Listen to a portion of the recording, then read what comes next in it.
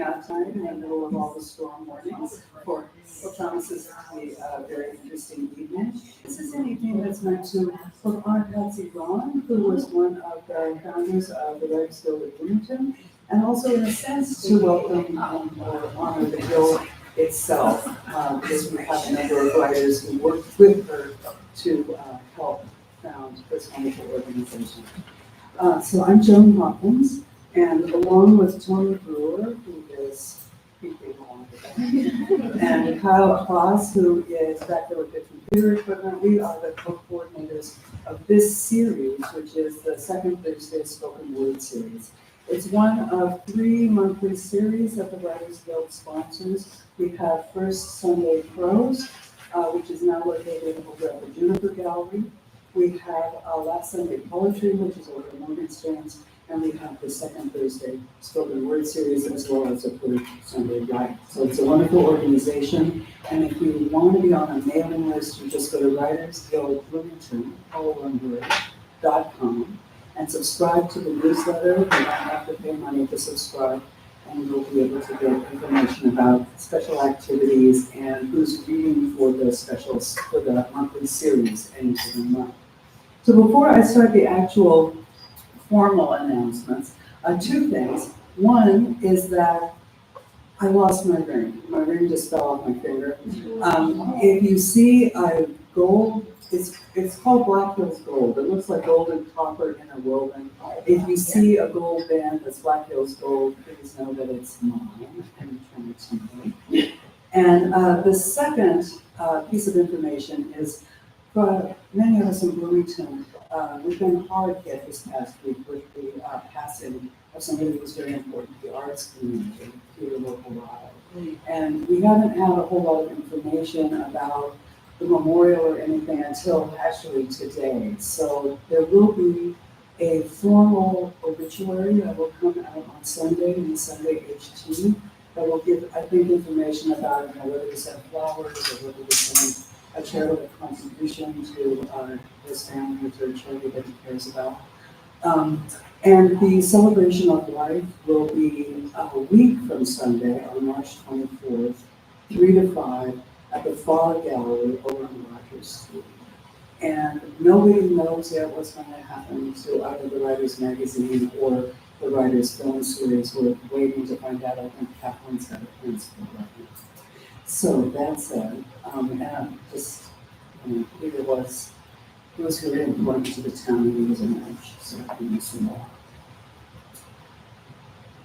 So we are sponsored in part by the Indiana Arts Commission, the Bloomington Arts Commission, and the Bloomington Urban Enterprise Association.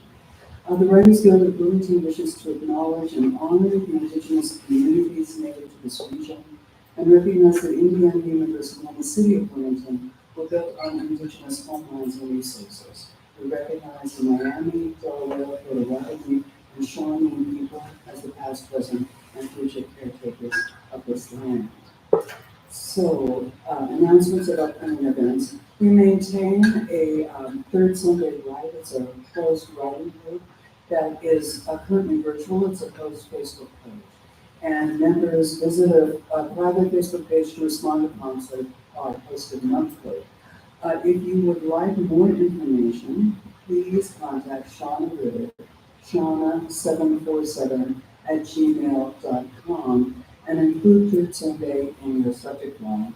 And also all the announcements that I'm going to be reading, this one and several more, are up on our website. Again, that's writersguildbloomington, all one word.com.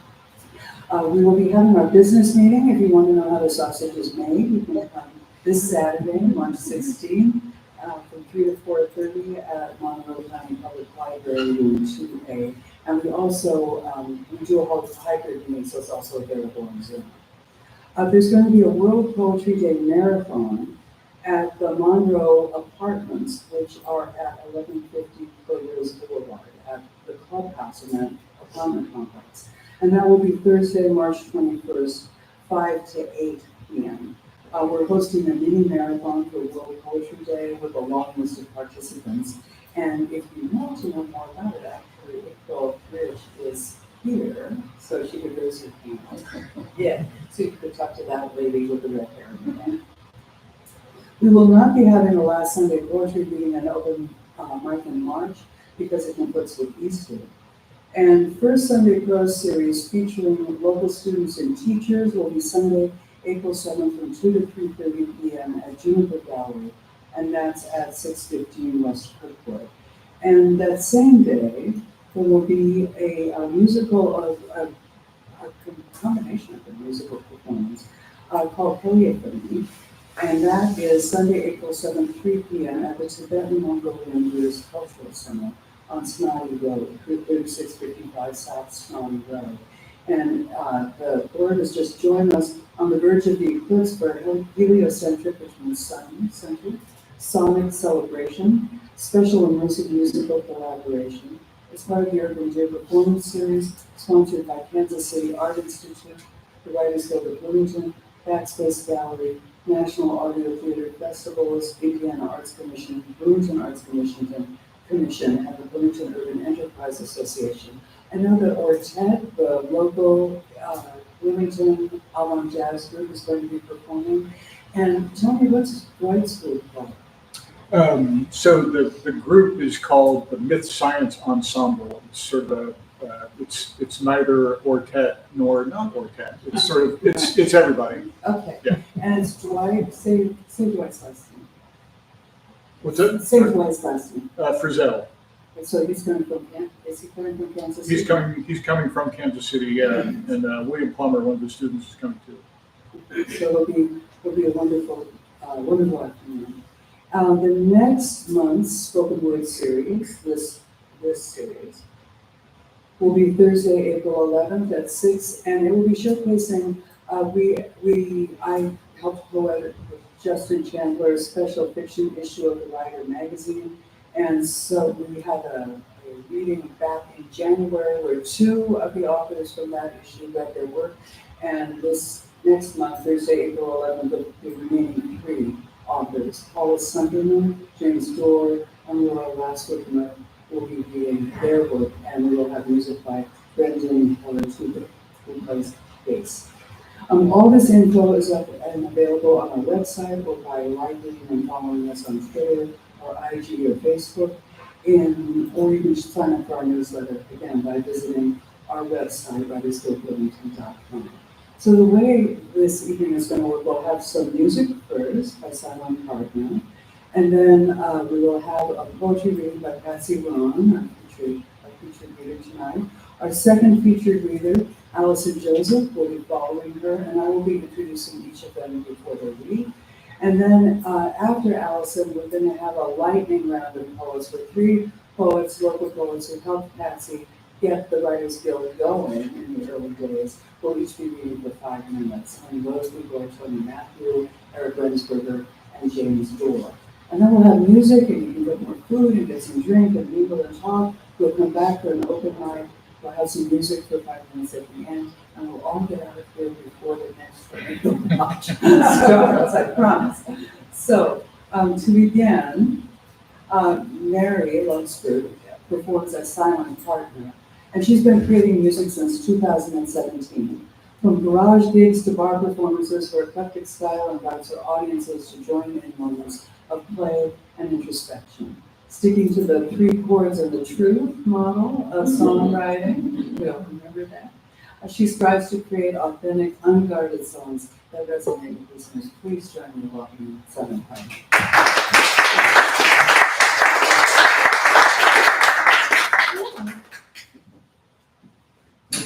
Love the dress. Yes. Thank you.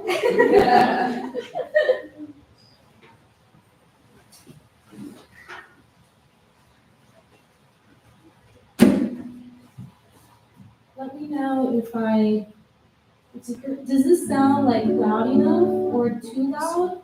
Okay. I got all the information I needed.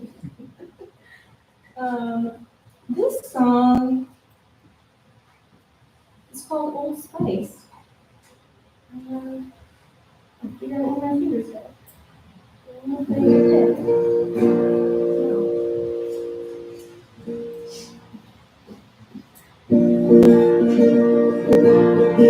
I'm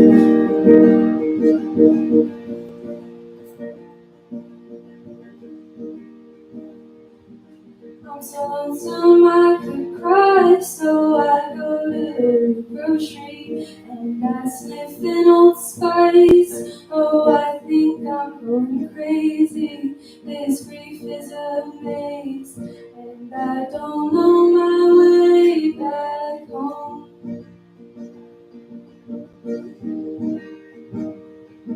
Well, I know I'm not alone, but you really could have fooled me when it's 9 at night on a Tuesday. I'm crawling up the walls again. Guess I'll go to sleep where nothing can follow me.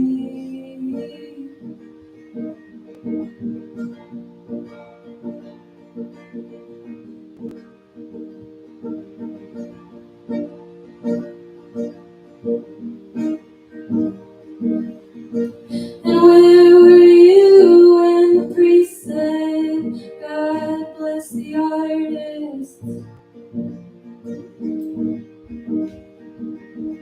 And where were you when we walked into that trailer and he wasn't there anymore? We got fries and cokes and we drove home.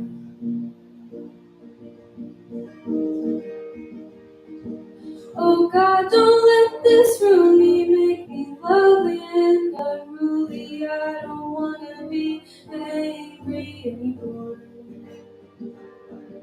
Don't know if I'll survive this, but I finally decided that I wanna live, I wanna live, I wanna live.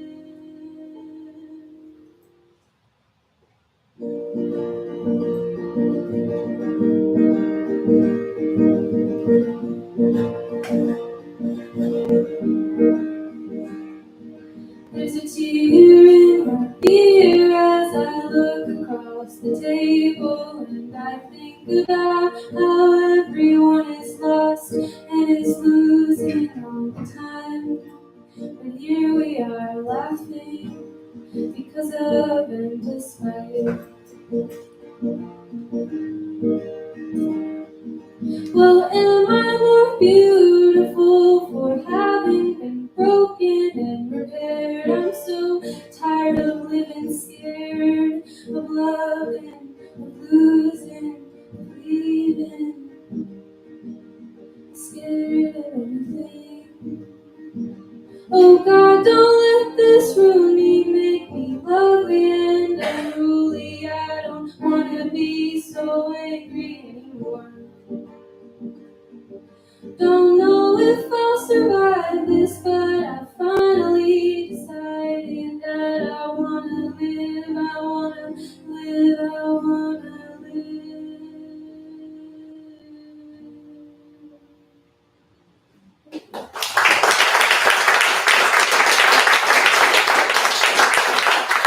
There's going to be a lot of poetry now, but I'll be back.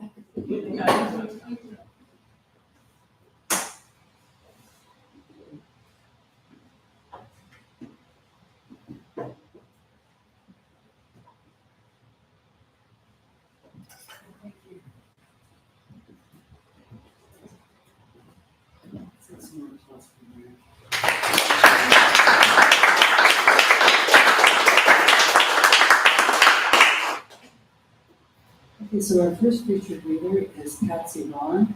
If you haven't had a chance to look at the photographs, I encourage you to try to do so during the break. This is Patsy's exhibit. So Patsy Vaughn's poetry and prose have been published in various journals and anthologies. Her first book of poetry, The Grainy Wet Soul, was self-published in 2018. In 2021, Patsy received the People's Choice Award from the 5th Open Eurasian Literary Festival of Festivals, LIFT. She's a founding member and chair emeritus of the Writers Guild of Bloomington. Her exhibit Multifarious is on the walls and around us here at Backspace Gallery throughout the month of March, so you can come back. There's also a sound component that goes with it, so if you come back during the gallery hours, you can hear the full whole soundscape to it. The exhibit is accompanied by a soundscape by Patsy Ron and Pat Detroit. Please join me in welcoming Patsy.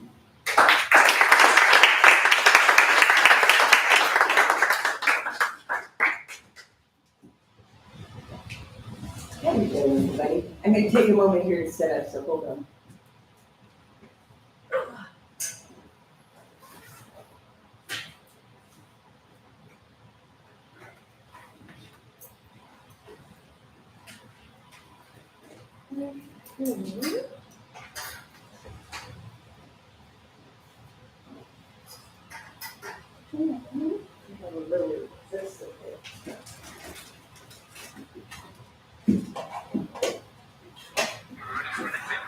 There is a way. There is a way. Oh, I got it.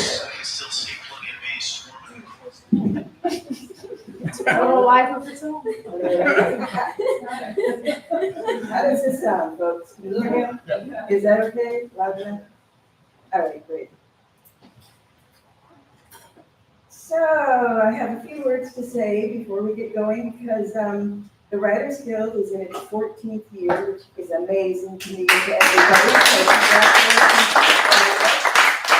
And when we started it in 2010, it really seemed like Bloomington was ready for it. You know, it just took off. And in 2010, we weren't yet incorporated. We got incorporated in 2011.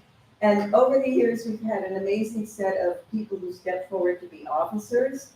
And in the first year, I stepped in as chair, and Eric, with great courage, stepped in to be treasurer and secretary, which was amazing. And James Dorr and Eric and Tonya and I were all present. There were only 6 of us present at the original first meeting in 2010. It was called an introduction to the Writers Guild. It was the first time we gathered together. And one of those 6 people was there as a witness. He didn't want to be a member of the guild. So there were 5 of us who started this. And those 4 of us have come to business meetings and been involved now. This is our 14th year. So these folks have done that. Tonya and James and Eric, congratulations. We've made it to here, and it's a wonderful thing. I also want to thank Joan, first of all, for inviting me and the Writers Guild to come here and both have an exhibit here, which was a very thoughtful and generous gift, and to invite me to read tonight. I want to thank Joan for being a chair, and Tony for many years for being a wonderful chair, and for Kyle stepping in to be secretary when we needed one. And both Joan and Tony also served as secretary or treasurer. So it's really been an active group of people who wanted to keep this organization going. And I'm so thrilled to see a new generation of officers come into being. So we have April Ridge, who's here tonight. And don't tell me, Erin. Is Erin here? Did she make it? Okay, Erin did not make it. She's treasurer. Okay, and our wonderful Hiromi, who's here, she is secretary. So our new generation of officers, we're really delighted to have you aboard. And with that, I'm going to start my reading. If you're interested in hearing the soundscape sometime and you can't come back, it's on my author website, which is patsyron.com, and go to the Soundwork page, and it's at the bottom of the list. It's called, I think it's Soundscape for Photographs or something. But it's 16 minutes long, and I guarantee if you're anxious, you will not be at the end of listening to that. So it's there for you. Okay. In 2015, the Writers Guild did something very, very interesting. The Bloomington Symphony Orchestra invited us to have 4 poets come and write a poem about one of the musical pieces they were going to play. Then the poet would read the poem on stage at the Buzzford Chumley, and then the orchestra would play the piece. How exciting is that, right? And we asked, oh, could we do some visuals? Could we have a slideshow and one for each poet, you know, to go with the piece they had written? They said, yes.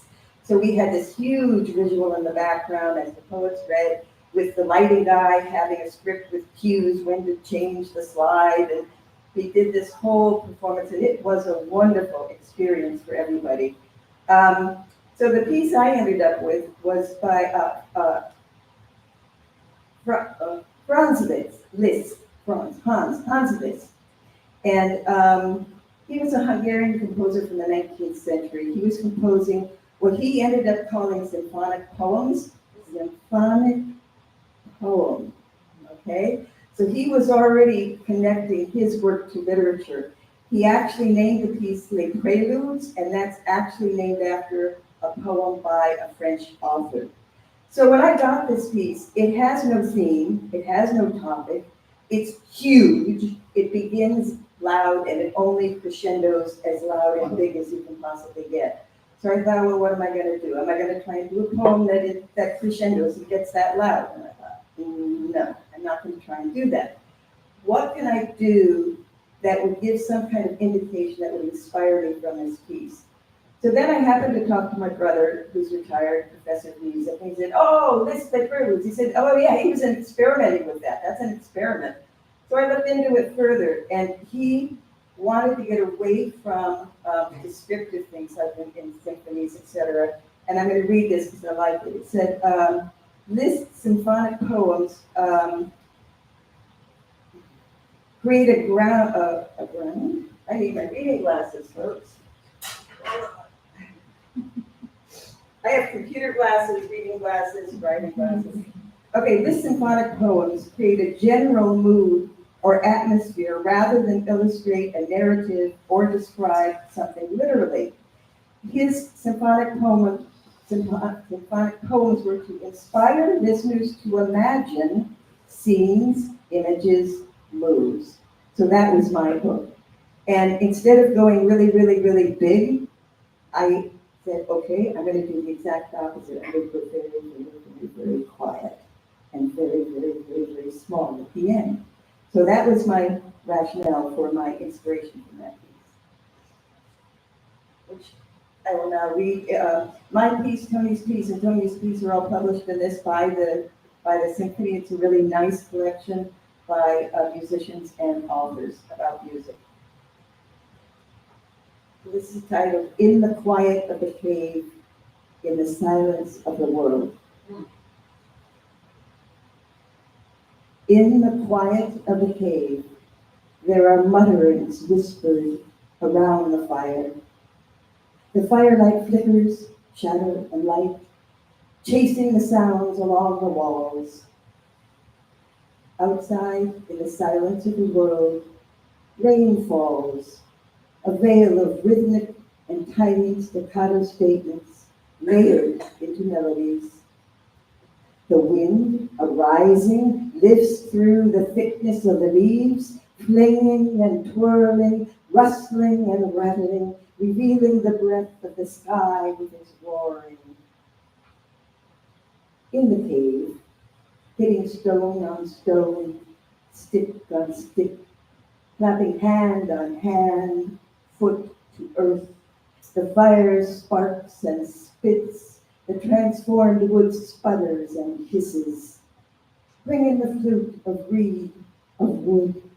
Divide the moment into more moments, a moving along in a flow of sound, a flood of feeling, lifting an arm, shaking the head, moving the mind to imagine. Listen and imagine what things there are outside the cave. Yet to be seen, yet to be felt, yet to be imagined. Remember the cave drawings of bisons, of horses, running in herds, their hooves shaking the earth, a thunder of drumming as the flowing flow of hot hides, snorting and blowing, are captured in a single elegant charcoal line along the stone, made alive by the flickering of the spitting fire. Never tired of listening to the hum of the stars. Never forget to stand still and feel the whirl of the universe. Then, sincerely bend your ears to the right, to the left, to above you and below you, and marvel at the march of ants and the flight of flocks, and the rattle of clouds scraping the clear blue sky. What part of it? What molecular structure? What hormone and enzyme do you hear when you lay in the cave? The fire calmed down, silenced to coals, when the stars have quieted and the roar of wind dissolves. What pumping of blood? What beating of heart? What heart valve whistle laces your closed eyelids with dreams and imaginings of things to come that only you can hear?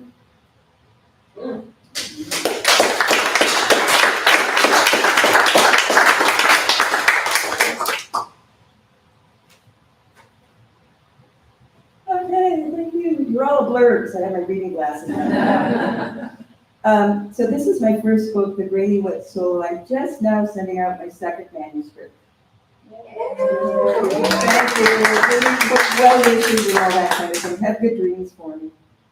Okay. This is also a rather long poem, and then I have two short poems. This one is called They Are the Animal Night. There are 12 stairs going down or going up. Carpeted in old blue-gray, short-curled acrylic, stained and flattened, dusty. The woman and man are at the bottom of the stairwell, the bottom of the well, where it echoes, standing. She is standing backed against the wall, her spine flat, her shoulders straight, her hair damp and clinging to her brow like curled ferns in the grotto. Her hand, held out to the right, is wrapped around the doorknob, hot palm on cool bulb. She holds the way open. The summer night holds outside, hesitant, held back by the clustered heat inside. Outside, beyond the single street lamp lit, his car stands in darkness. He is standing against her, pressed against her, his groin and knees insistently trying to enter her, his sweaty palms flat against the white painted plaster, soon to leave stains. The woman and man are not moving. They are still. They are like two lizards frightened in the moment of copulation but unable to move. They are the animal night. The man's breath is hot and laden. Then he stay, he says. Her breath moves her life up and down, pressing into him. Her voice is lower, full of stones and laden.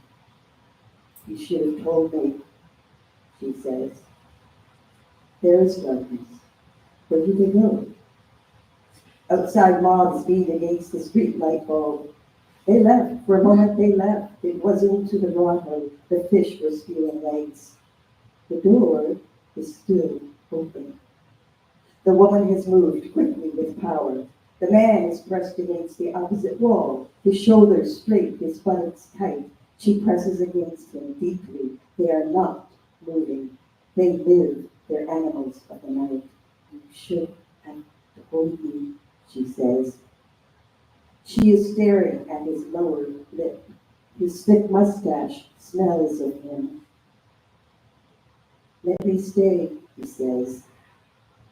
A night moth enters the well and flutters in the shadows. It moves in circles. It circles erratically and leaves. With a movement as swift as attack, the woman closes the door. With shuffling and small, fast movements, they shift themselves together. She rests her right shoulder into the door. He leans against it with his left. Their foreheads touch, hurting when they bring them together, clicking like stones. They are not breathing. They are suspending the next action.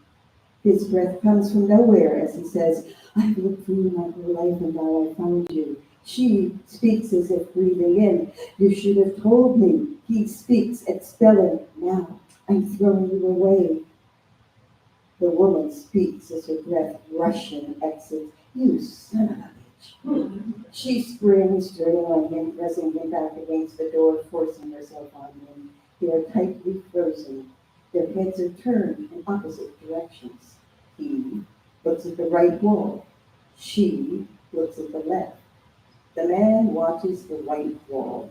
He is speaking from the bottom of the well as he says, "You want me to stay." She is staring at minute cracks in the white paint. She is reading them as she says, "I want you to get down on your hands and knees and ask for my forgiveness." The man begins to slide down, down towards her feet, down towards her belly, down to wrap his arms around her legs. The woman feels the movement begin, and with wings she grabs him and pins him to the wooden door. "Don't you dare!" Her voice is an accurate arrow released. The night remains outside. There is no echo in the well. The grotto is lush, somewhere on the other side of darkness.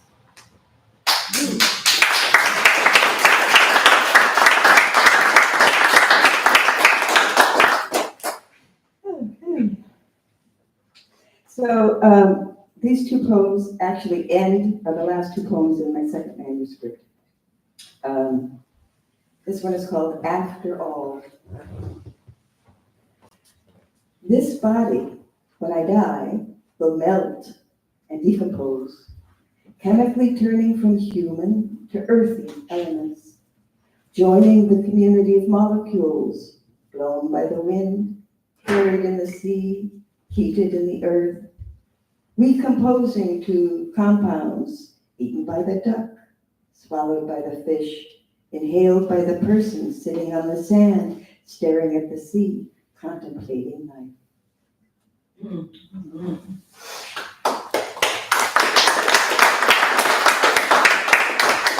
And this next one's called Bowlful. What is so exciting is that I'm here right now, and so grateful to be aware of this moment. As outwardly unspectacular as it is, in my chair, doggone legs, pen in hand, the molecules buzz, shimmering and barely holding together, but thankfully maintaining a bowlful without spilling over the edges or suddenly remixing in extreme formations, flinging me into another universe or parallel world. It's all jazzing and fluting and coloring and weaving, and I am swimming in the moment of now, grinning like a child filled to the core, immersed in existence. Thank you, everybody.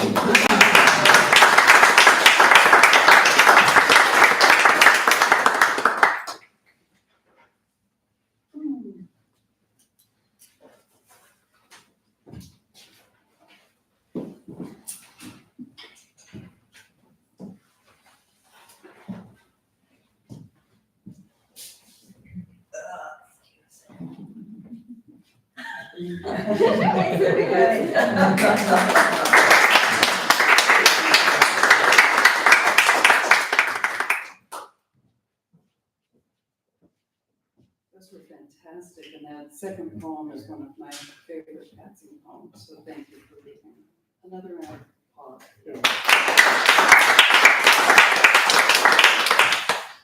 Allison Joseph, our next featured reader, is professor of English at Southern Illinois University, where she teaches and directs the creative writing program. Her books include Confessions of a Barefaced Woman, published by Hen Press, winner of the Feathered Quill Book Award, and nominated work for the NAACP Image Award in Poetry, and there's another book, Lexicon, by Hen Press, winner of the Poetry by the Sea Best Book Award of 2022. She was chosen Illinois Author of the Year for 2022 by the Illinois Association of Teachers of English. Her poems have appeared in the Best American Poetry Series, the Chicago Tribune, and the New York Times. A graduate of Kenyon College, and the MFA program at Indiana University Bloomington. She is also the widow of the late poet, editor, and literary critic Jon Tribble. Please join me in welcoming Allison Joseph.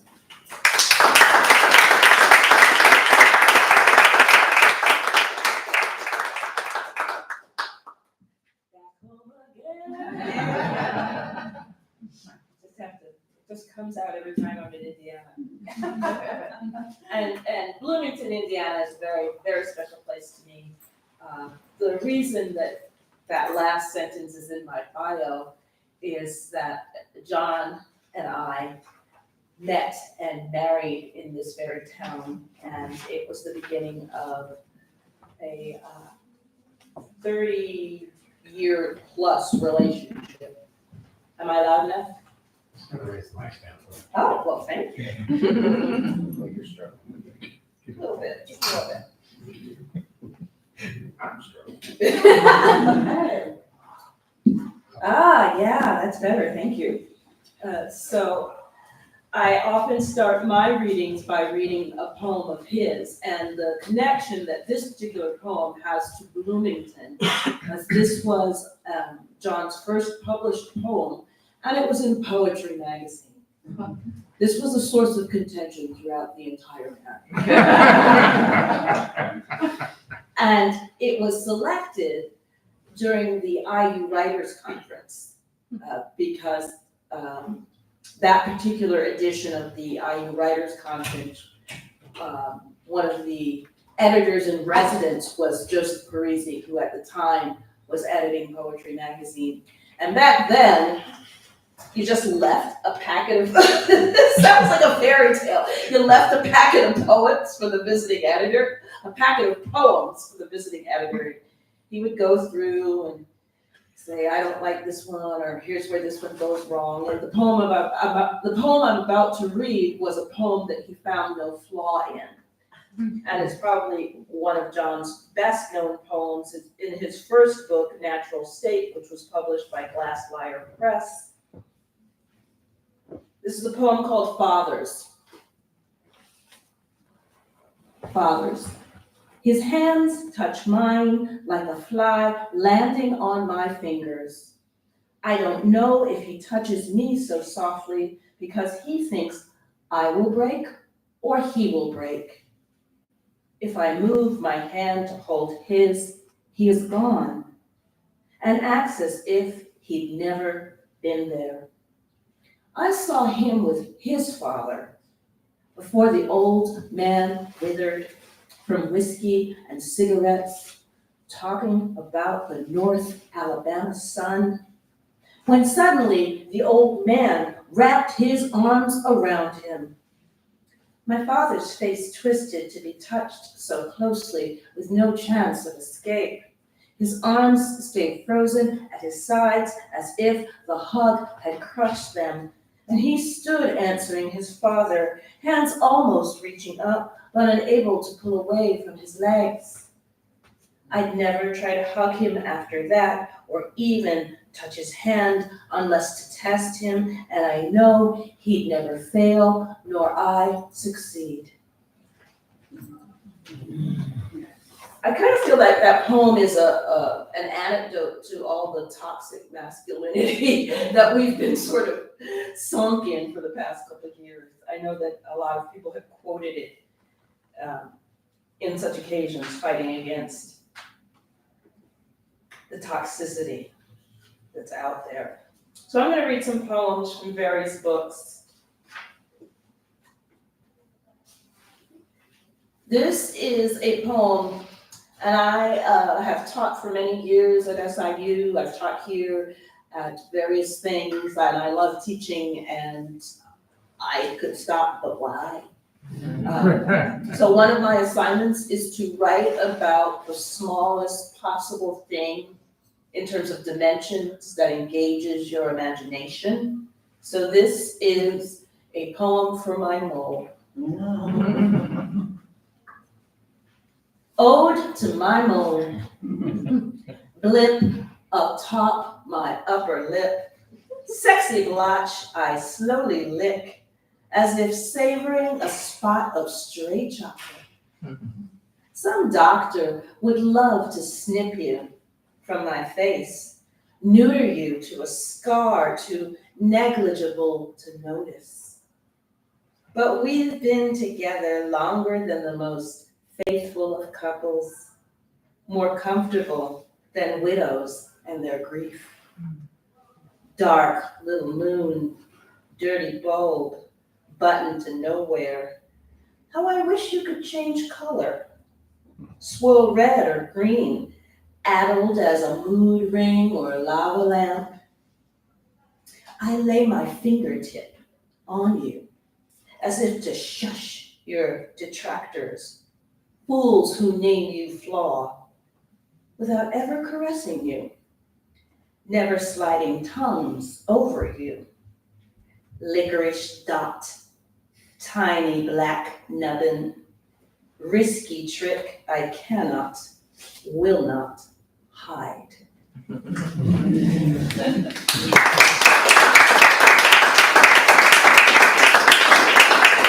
So the cover of my latest book features the whole very property. There it is. You know, you gotta take what people hate about you and turn it into self-love. This is a Indiana poem, but it is not Carbondale, it is Terre Haute. Because those of us of a certain generation, specifically marked with an X, we remember 10 tapes for $1. We remember Columbia House Record International, which was based in Terre Haute. Yeah. Some of us are still getting collection notices. I always would forget this. They would send you this little card and you were supposed to put a stamp on it and say, no, I decline this selection. So I always end up with the weirdest things.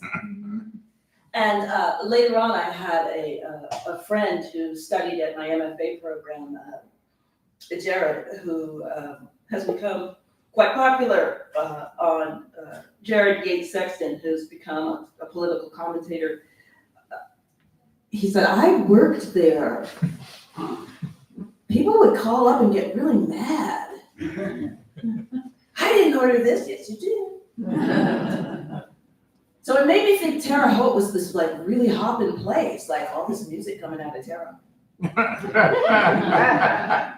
Columbia Record and Tape. All that music for a penny made me greedy. Made me believe Terre Haute, Indiana must be an entertainment mecca. Music flowing everywhere, every street corner and alley, hot tub and daycare center. This club, a lot more hip than the Book of the Month Club. More fun than the fake leather tomes and busted collector plates my father bought from Franklin Mint. Never thought to call up the club, demand they take back what I wasn't swift enough to reject. Though now a friend tells me he worked there during college, fielded call after call from unhappy music lovers. Angry people who got Mandrel when they wanted Mozart, REO when they wanted Rachmaninoff. The club made you declare your musical allegiance, though you could order from any category, tried to make you define what you wanted while tempting you with everything you ever might have wanted. Bargain bin dwellers, going, gone, music by mail, order somehow sweeter when I'd spent hours on my bed, twirling the pages of their slick catalog, peering at shrunken photos of singers in fetching 80s finery, pen circling and circling, taking a chance on some group I'd never heard before, obsessions begun in the heat of my slovenly teenage bedroom, all the hooks I ever wanted to hold coming straight out of Terre Haute. My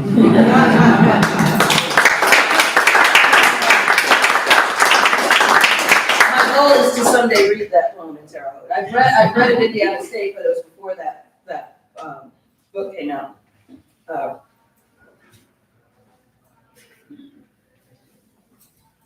So there are a lot of writers in the room. I see you, I feel you, I know you, I am you. And there's nothing nicer than when you get that new book. Yeah. whether you write fiction, poetry, nonfiction, whether it's self-published, independently published, small press, big press, whatever that. There's a whole new genre of internet content, which is writer's opening. Some people in this room do it really well. But it's that notion. I finally did it. There is physical proof for what I do. I don't have to lie to people anymore. So this is called professional happiness. The moment those first copies of your first book arrive in the mail, stop all else and rip open that box to thrust one copy high in the air so that anyone around may share your triumph. Doesn't matter if you look as silly as a cast member of a dinner theater production of The Lion King. Hold it high, then clutch it low. Tear off the shrink wrap to breathe in that new book smell. Savor the delicate aroma of unsullied paper and virgin ink. Combination sure to induce euphoria, so make sure a fainting chair is nearby. Think back to that singular moment you got the call that this book, once a sad little collection of orphaned words, was becoming a real book, a fully fledged member of literary society with a cover and barcode, list price, and author photo. Remember the expletives you sputtered, your giddy, can this be true, disbelief, when the voice on the other end of the line said, yes, you're the winner. Meal on the stove burning while you hopped around the kitchen yelping your joy, your sleepy-eyed cat peering at you like you'd lost your last brain cell. What a celebration later that night. Bar full of new best friends, all wanting to hear how it felt to be the chosen one. Best in show, invisible beauty queen tiara and sash yours for this night. Never mind tomorrow's hangover. Now you can roam the streets stopping everyone and anyone to show them your name on the cover, your picture on the back, giggling when they ask, if that's really you? If you wrote all this? All this and more, you think. But don't reveal the waste baskets full of jumped starts, wrong turns, car wrecks. No one need discover the labor in this process. Your writer friends already know you lack magic. But everyone else, from your mother to your mailman, can bathe themselves in the brilliance of your genius. Evidence now in tangible form, sleight of hand, you're scared you'll never do again. Despite that cover curling from the heat of your palms, those pages fluttering beneath the tips of your maladroit fingers.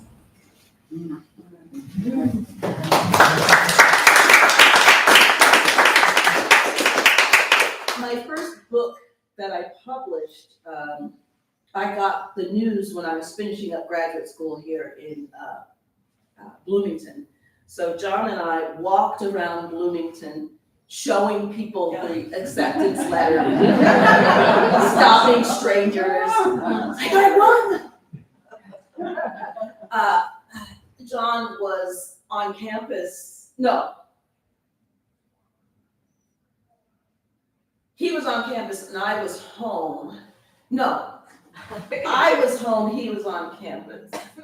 He opened it up and I said, you have to bring this to me. I don't believe you. He brought it to me. And then we walked around Bloomington, stopping strangers. So I'm going to read 2 more poems and be done. And like I said, it's such a joy always to be back in Bloomington. This next poem, if you are familiar with 20 Little Poetry Projects, that prompt, which was created by a poet named Jim Zimmerman, who tragically passed away about a decade and a half ago. But he gave this enormous gift to the world, which is 21 Little Poetry Projects. And it's just a list, but what he was trying to get his students to do is to break some barriers, be inventive and playful with language, And each is an instruction, and you can, I think the way it goes, you open with instruction 1 and close with the last instruction. And you can move any of the instructions around. I tend, when I write, use 21 little poetry projects, tend to go from 1 to 21, but you can switch it up. But it always results in a weird sounding, uncharacteristic poem, which is very good. It's good to establish your style, but it's also good to spend time diametrically exposing yourself to something that you usually don't do, to some process or something. I find it good for all sorts of reasons. So this is a poem called Collision. You're the slinky shoe I yearn to wear, a violin so rare it's not been made. Your bee sting and precious honey, purple bruise and radio static. Your broken vial of pheromones spilled on my velvet kitchen floor. For you, I'm Pavlov's dog, barking and twitching in a Moscow kennel. Your salt and vinegar, chips I can't stop munching, even though I know carrots are better for my figure, my eyes. You bring the noise, the funk, the juice, make me quiver with a shiver of your tongue. If you're a god, then I can't sin. One monkey don't stop no show, but the hard elbow of lust sure can stop me, wake me from slumber like a melody crooned by witches. For you, I'm naked in Trafalgar Square, little Miss Goody Two-Shoes bare for her man, and joy will thrive in sinew and eardrum. You sexy confection, you make me relive heaven. Take me slowly, then allegro, allegro, make the roots of the Helios quake. Shattered, you're all over me, and I don't mind the fracture.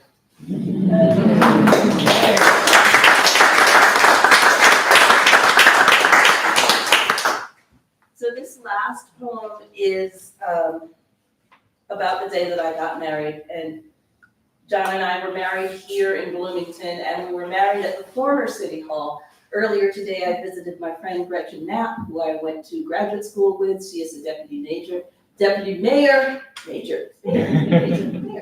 a deputy mayor, and it's just a beautiful new building. I got married at what was police headquarters, is now police headquarters. And the day we got married, we had this notion that you could get married by the justice of the peace. And the thing they don't tell you, like every television show, people in the middle of the night find a justice of the peace. Right? Well, what we didn't realize was that's just television. And all the justices of the peaces were, that's how you say that, justices of the peaces, they were all claimed already. We got married in December 30th. So what we did was we went to the city clerk. And the city clerk said, yeah, come back, we'll marry you, everything will be great. The day we show up, December 30th, the city clerk is out sick, but the assistant city clerk, who was very young, wearing sneakers, said, I'll marry you, let me just go find a robe. And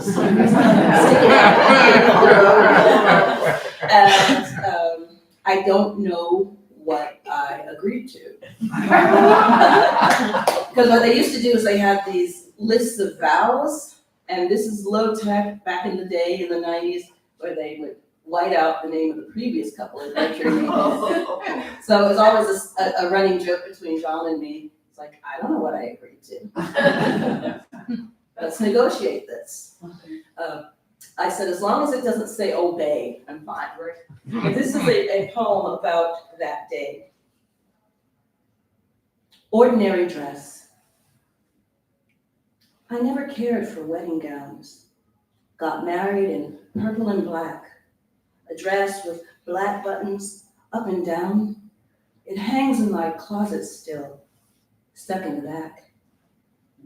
Got married in purple with a black collar, long sleeves, hem right at my knee.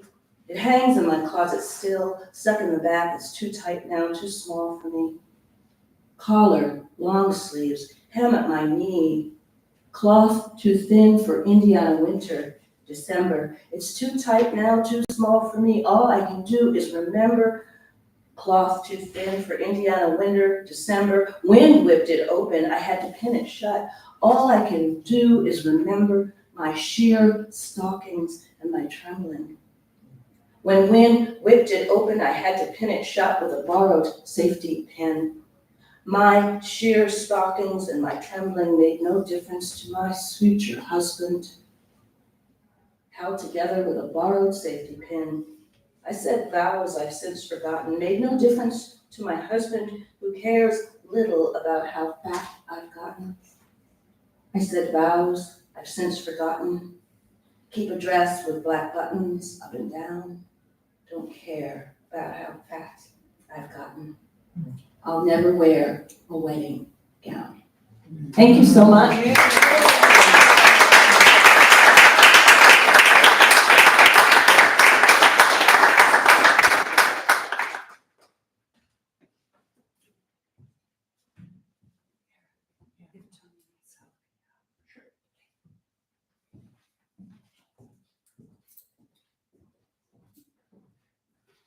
Okay, once again, another round of applause.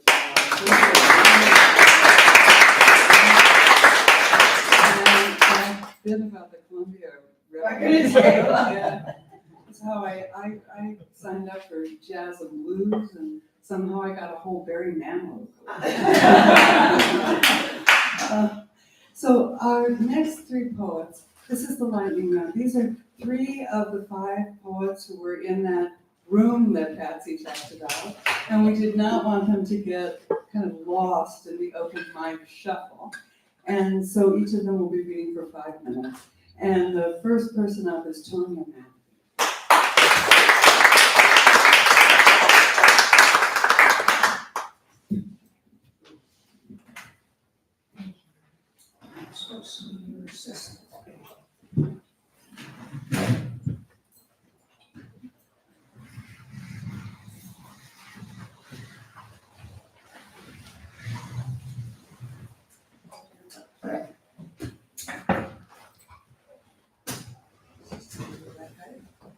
I think so. Yeah, I think that's good. Can you all hear me? Yeah. Yes. I must say, I do remember the moments with Eric and James and Patsy and myself, but she did seem to be herding cats for some reason. So if you ever want somebody to hurt your cat, just call Patsy. And I had the pleasure several years ago of taking a weekend course with Allison, and so it's been a real pleasure to hear you read again. Thank you. I couldn't come to see Patsy's exhibit when it opened on the Friday, the gallery walk, but I went to her site on the computer and looked at her sky and cloud series, and so I wrote a poem about that. Oh. In the gallery of clouds for Patsy, from calm to storm, from sunset to moonrise, to sharp brilliance of noon, to grey regretting of endings, dusk, wiped away by full-leafed trees rising and clear blueness, into which race white streaks over flower-blossomed saplings. Misty grey, webs, blurs, bare twigs, thin branches, hardens, deepens to dark cloud stones, rolling down, engulfing winter trees. Shape shifts again, red fragments, sunset's companions, to heavy bright whiteness, avalanche sliding, rises again, gleaming mountains. Thin squadrons wing over surging, swelling bomb blast, whose grey-black clouds fold to murky archways through which sun vanishes, cracked deep crevasses, swallowing moon. Clouds thin, fade away, a single planet high in clear sky of night's deepness, guides us home from cloud sky dreaming.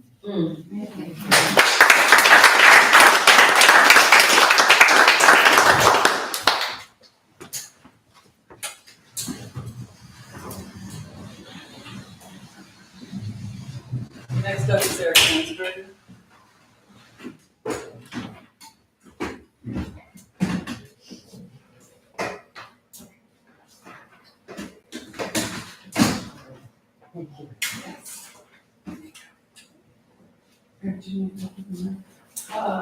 Probably not. We'll just mess with it. There we go. That should be good enough. Can everybody hear me? Yes. So when I was putting this together, I thought back to those origin days, and I actually didn't go back to 2010. I was rummaging around in some old folders, and I found the my copy of the document signed and sealed by the Indiana Secretary of State that made the Writers Guild of Bloomington an actual thing. Brought it to life. That was in October of 2011. So then I cleverly go, oh, I'll just go back to things I was writing around October 2011. I'll make that selection for the reading for passage. So I've got 3 things here. The first one is called ginseng, and for those of you who don't know, that's a plant.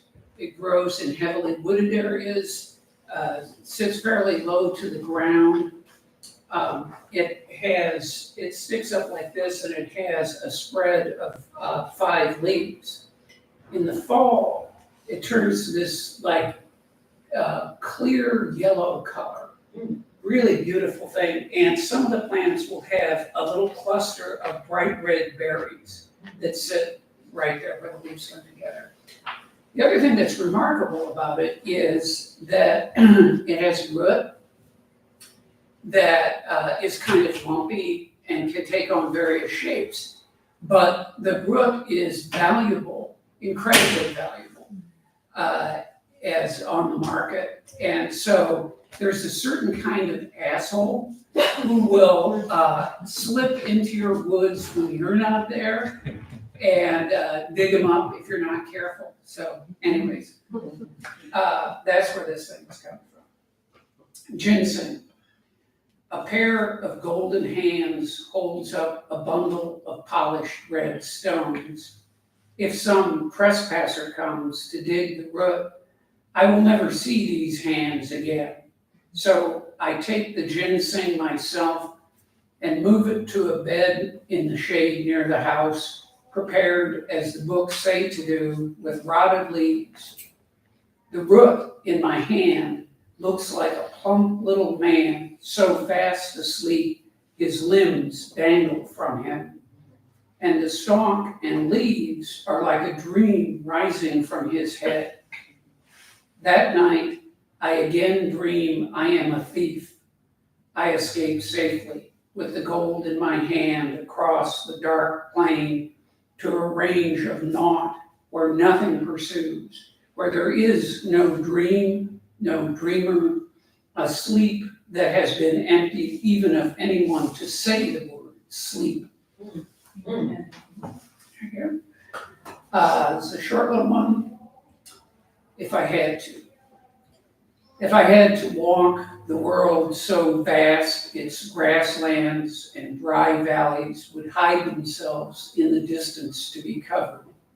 My numbed feet would fail.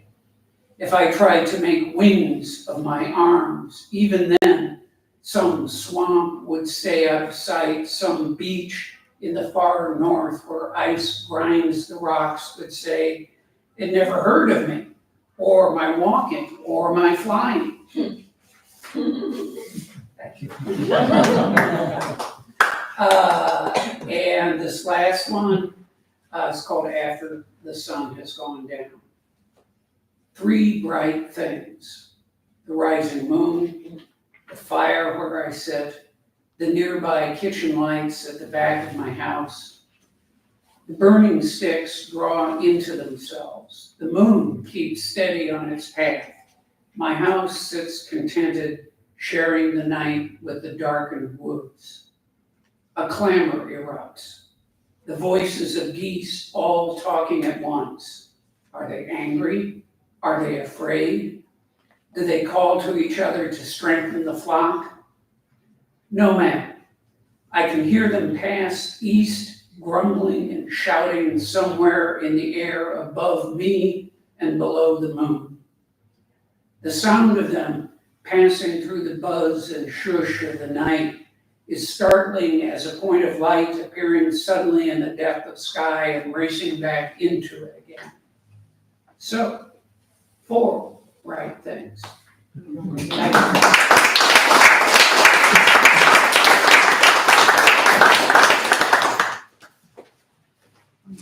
Thank you, Eric. And our final lightning round reader is James Dorr.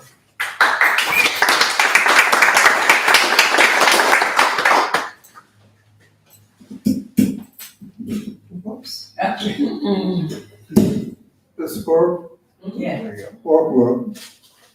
Okay, as some may not know, I tend to write on darker subjects, so on horror, icons, movies, monsters, whatever. Though they often have a tendency to end up in a more normal world that you and I might exist in.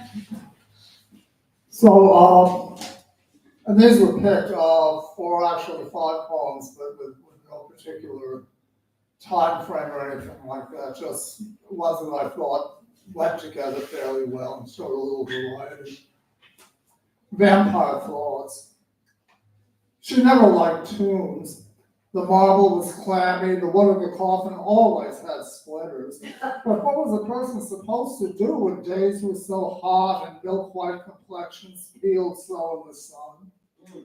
At least mausoleums were airy, cool during most of the year, and once a new boyfriend got over the shock of driving his date to a graveyard address, the sex life was okay. But cleaning up afterwards, that was what rankled. Hours of what could be the rest of her own life, spent bent over tubs, soaking bloodstains from velvet, sewing up fang marks and white linen ties. Because on the other hand, King Kong would have made a lousy husband. Sure, he'd be good for a romp in the hay and as big as all outdoors, but even though Fay Ray was athletic too and game for adventure, she would have found life in the jungle no picnic. It's dirty and smelly with spiders and snakes, not to mention occasional dinosaurs, monsters, mercurial natives, all easy enough for Kong to cope with, but constantly in and out, tracking mud over freshly waxed floors, and that's not even mentioning tigers and lions. No, Faye was a city girl when it came down to it, wishing for nothing more than a nice apartment to go to when quests have ended. A restaurant and dancing, a slinky low-cut gown, and no excursions up sides of skyscrapers or battles with biplanes. Beware of the dog. Sure, we've all heard it before, how every full moon he gets out of control. But any Saturday night, this bird gets a little bit heavy. Besides, most of the bars don't even let pets in, no matter whether they're dogs or wolves, not even seeing eye pooches for blind folks. And by Monday morning, we're all so hung that who even remembers? So the thing is, exercise some caution when something growls at you, maybe even stay in your car until it lopes past. But come the next work week, it's, how's it going, Charlie, when you pass the station at the plant down the road from your own? Never mind, what's the boom phase? Then Emil's ghost. The mirror's hell spooks. The images, wisps of love stared out from silvered mist whenever he approached, washing or combing his beard or his hair. They mouthed words as if to speak, yet never made a sound. Red lips that said, settling into accusing pouts, deep eyes condemning. He knew them, of course. In his youth in France, he had been a seducer, a rover, a thief of hearts. He recognized them as Yvette, as Monique, as Marie, as Hélène. But now, in his age, having flown to New Orleans, seeking to drown his Parisian aplomb and occasion patois, the memories that followed, souls captured in glass, come back finally to haunt him. And then a very short one to end with. Requiem for a King. Had he but known the fickleness of women's hearts, he'd not have loved Fay Ray.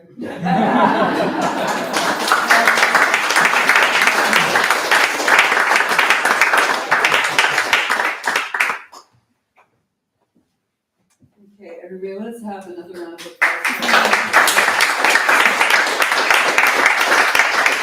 So, we would like to welcome Silent Partner to come back up again. Please feel free to sign up for open mic. The sign-up sheet is here in the front row. And maybe get some more noshes and some more wine. And Silent Partner.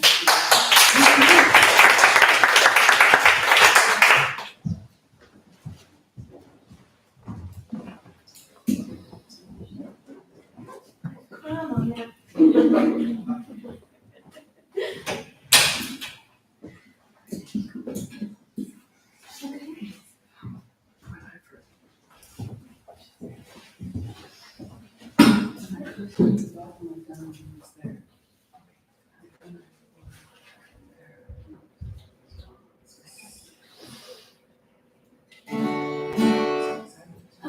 This is a country song I wrote. I don't necessarily think I'm a country singer, but that's how it came out. And I'm only 28, but I do feel like I could have been crazier in my youth. So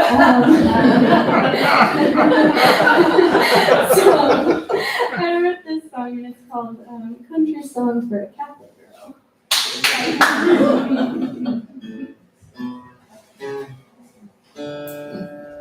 Well, I've been living life for all the wrong reasons, waiting on an uptight Jesus to come on down and give me a high five.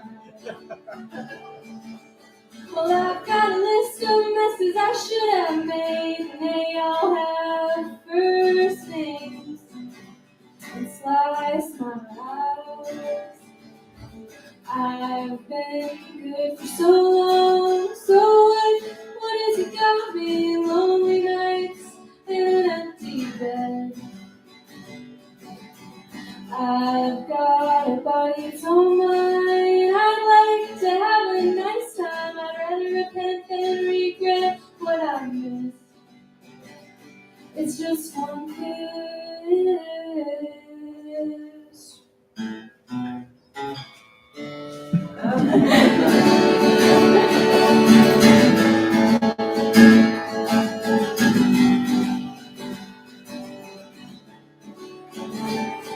Well, I've been living right for all the wrong reasons, waiting on an uptight Jesus to come on down and give me a high five.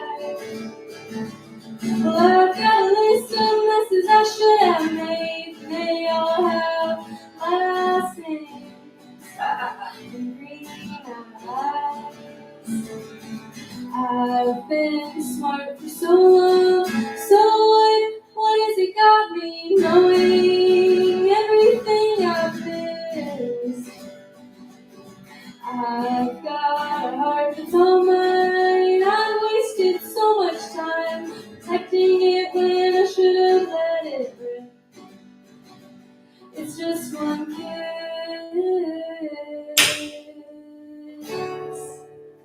Thank you.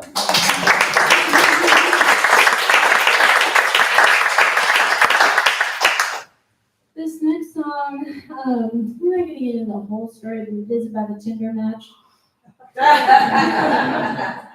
You know, sometimes you come across a person so beautiful, you just know you're going to be dumb, and I was, but I got this song out of it.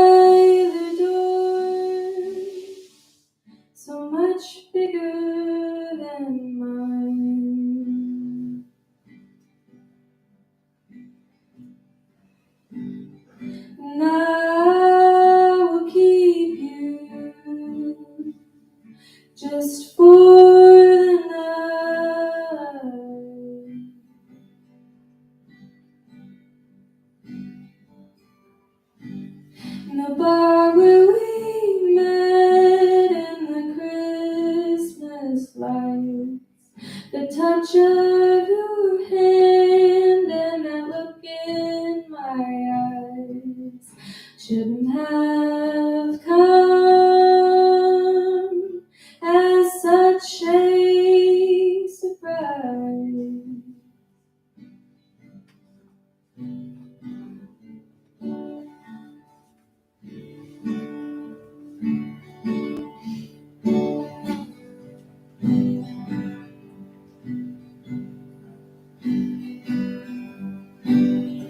Swapping our glasses, we can't see a thing, but we both know what the evening brings.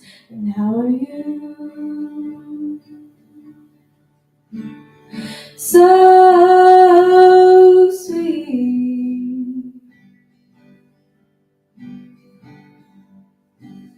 Well, good night, and it's gotta be good enough for me.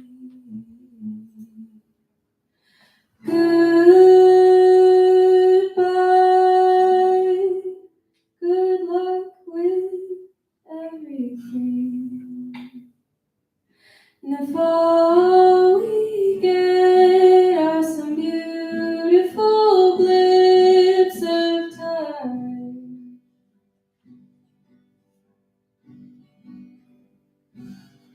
oh, I'll make the most of mine. The most of mine. Thanks.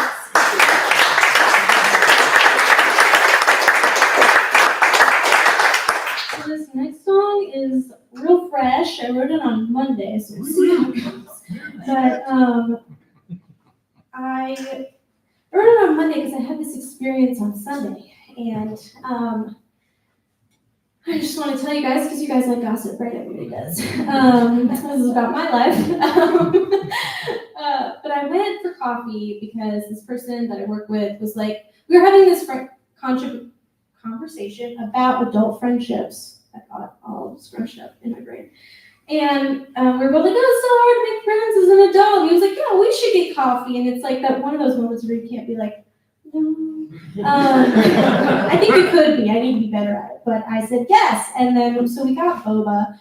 And I got double boba. You guys know the like tapioca balls. Yeah. I got twice as much. So I was locked in for like an hour because there's a lot of chewing. And so, but within like the first 3 minutes, I sit down and he's like, so what are you going to do? Like, here we go. It's a spring break. And I was like, oh, I'm preparing for this show. And then other than that, I'm just chilling. And he was like, a show? And I said, yes, I play guitar and I sing, so I'm going to do that. And then he was like, you play guitar? And I just like heard it, like his little ears perked up.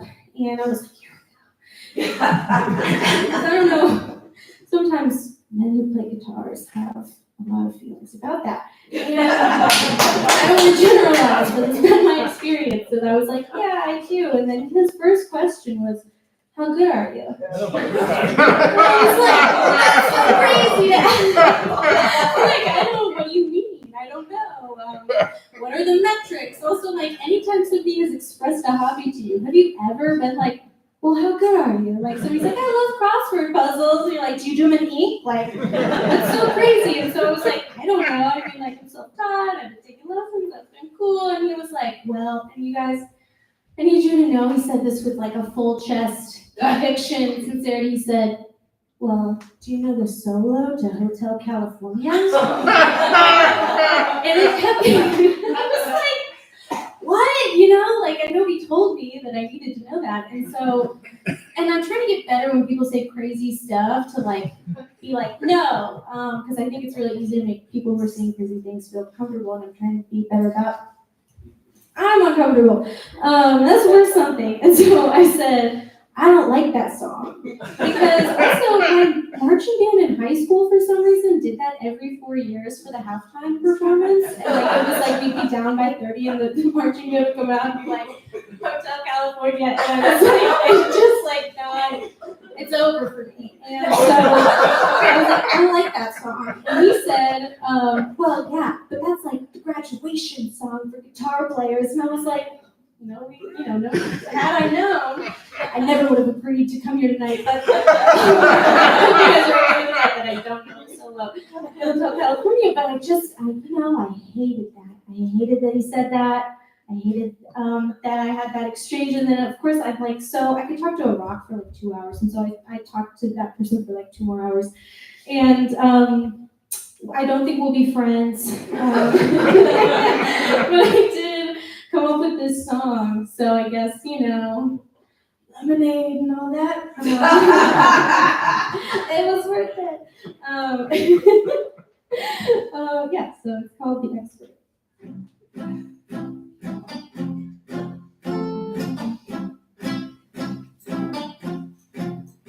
I'm a light that won't go out. I'm the words right out of your mouth. I'm the grit and the grief. I'm burying my teeth in. If you want to step to me, I would tread carefully. You can't stand how white-hot I am. You're like the moth to a flame, getting burned in the end. Wanna treat me like the moon and then try to own me. But we both know I turn the tides, baby. Yeah, that's all me. The point of loving something isn't to punish someone else. You can play the eagles to your quiet, empty house. 'Cause I want truth and I want beauty and I want peace. You can be the expert, but please leave me be. Yes.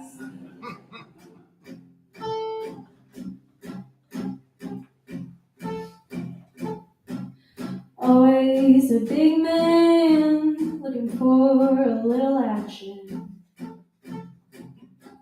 Always the expert trying to show the amateur a thing or two. Well, I'm confused. Do you want a mama or a little girl? Someone to care for you so you can show her the whole world. The point of loving something isn't to punish someone else. You can play the eagles to your fucking empty house. 'Cause I want truth and I want beauty and I want peace. You can be the expert, please leave me be. You can be the expert, please leave me be.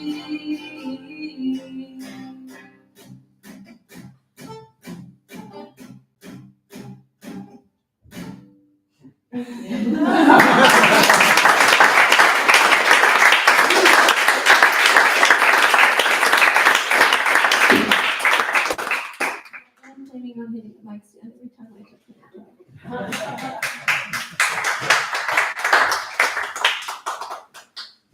So everyone, please go get some snacks, mingle, talk to the poets. We'll be back in a few minutes for open mic.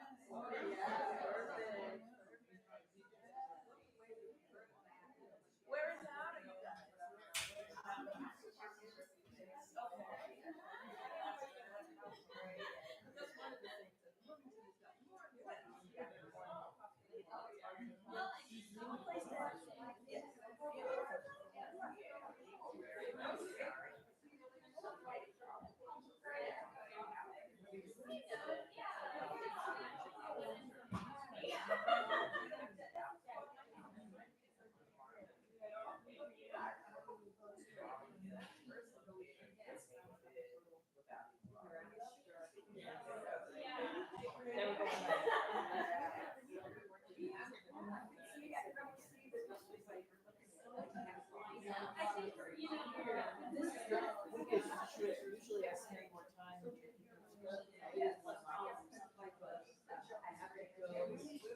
7 a.m. tomorrow, bus to Chicago. I'll be in Chicago tomorrow. But actually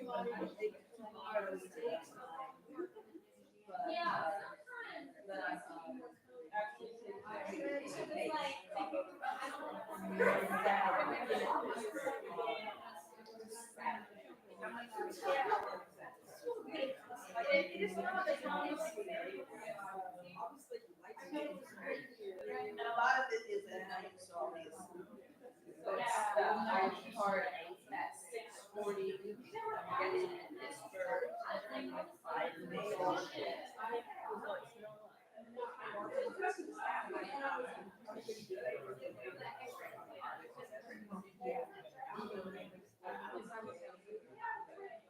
I don't know if they do, but I was gonna say, I was go by myself. But yeah, of the country, go to the other side. But that's right up there. Sleep, right, eat. I know it takes longer, but airplanes and airports are so, usually they have stuff.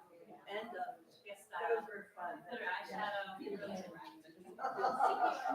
And once you get through security, then you feel trapped in the space.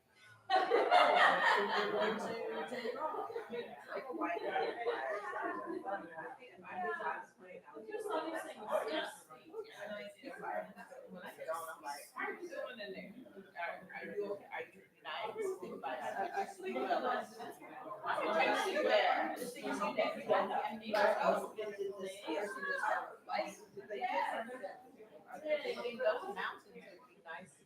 I don't know, are they sleepy or do they, exercise too much or something? You know, you are.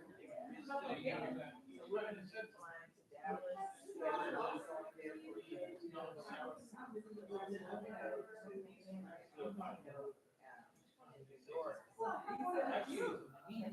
3 days later.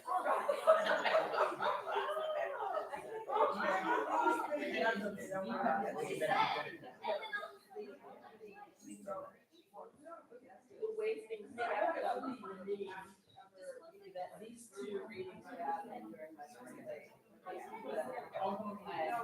In fact, it was started writing this for my author, but I won't get back.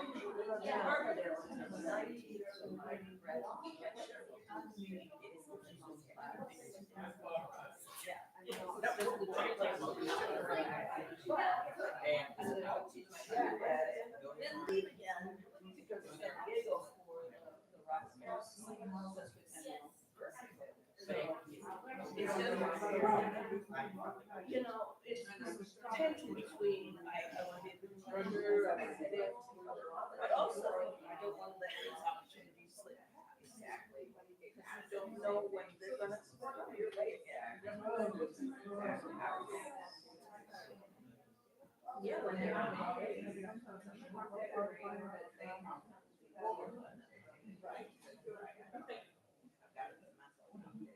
Well, I'm always telling my students, particularly the grad students, okay, well, after this, I think you'd be really good at this. So, I mean, I thought, yeah, I work with it. And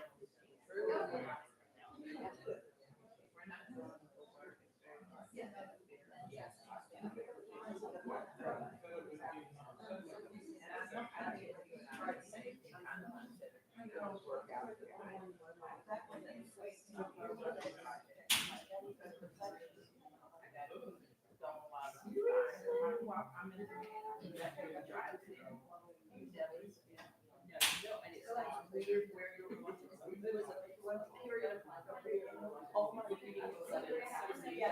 Wisconsin and Minnesota. I was there for a black woman poet for a while. So I was like,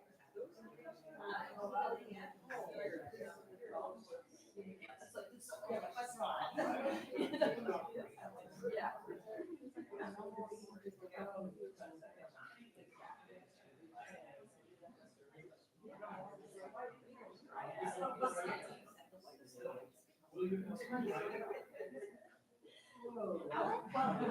This is gonna be back on the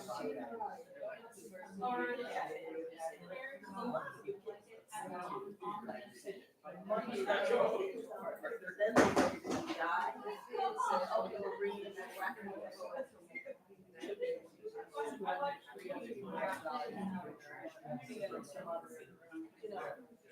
I know that's what I thought.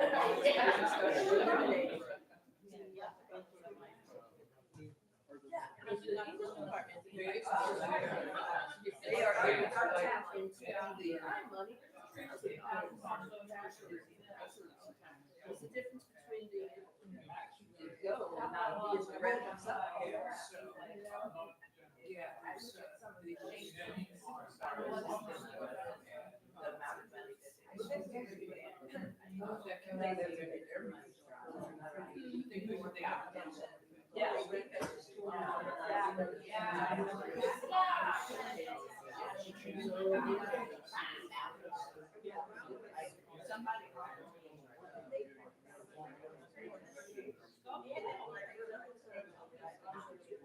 Yeah, right, exactly. Wind bells on.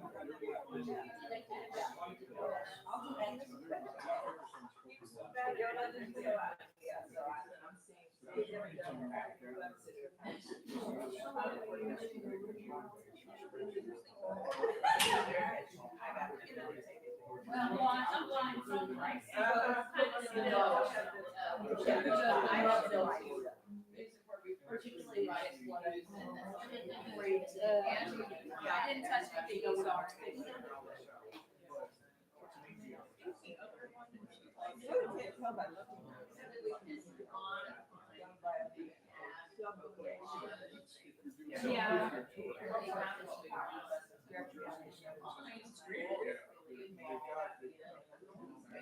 Right. New Jersey, Kansas City.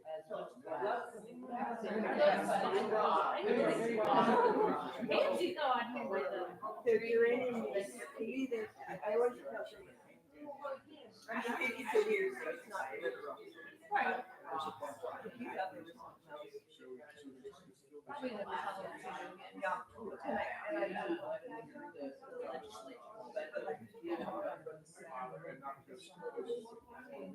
Yeah. Yeah, so they're getting like yeah. Yeah, this is right. Yeah.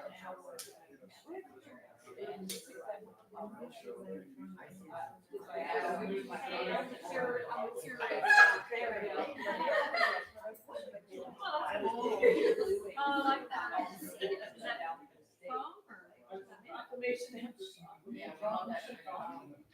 I know there are other people getting this. Oh, yeah.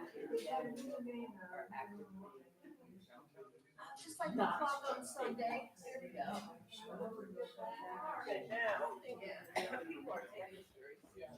Swap them out.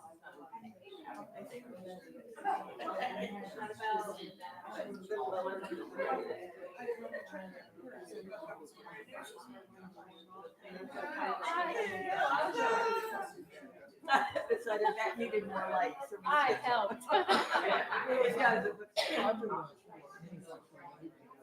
Yeah.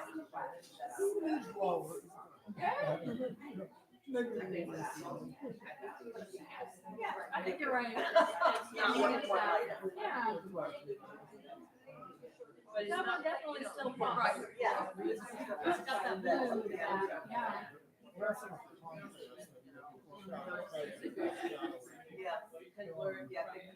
Oh, But the colors was from me. Some because of one. I don't want to use it. yeah.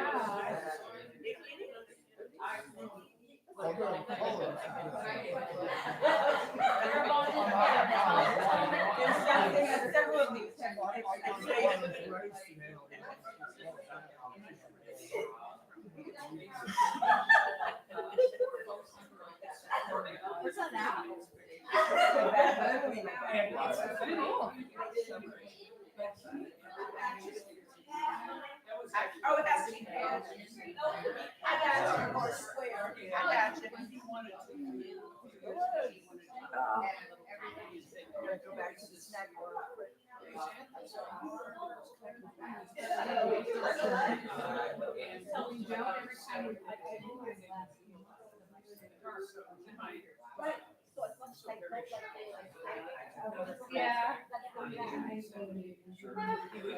like it. Vitamin drive to work in the morning. Deer are always out in the morning.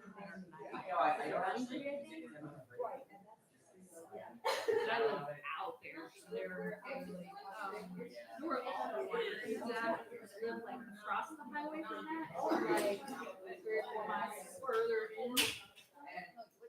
Yeah.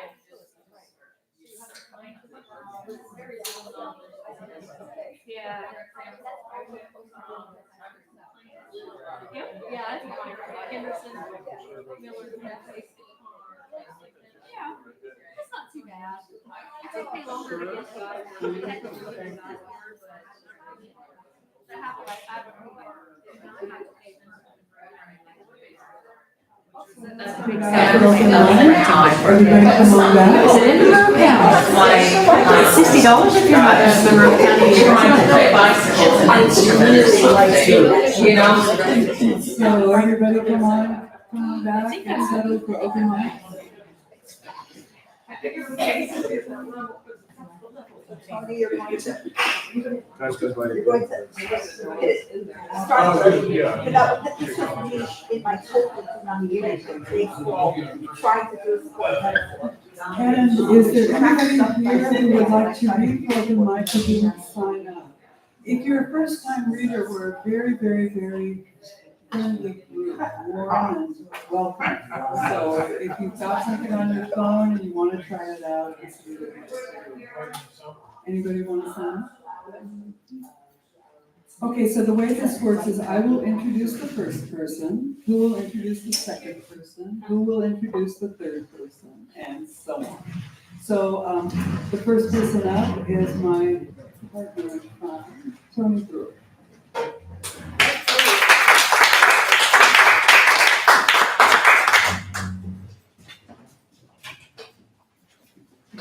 Hey, thanks everybody for being here.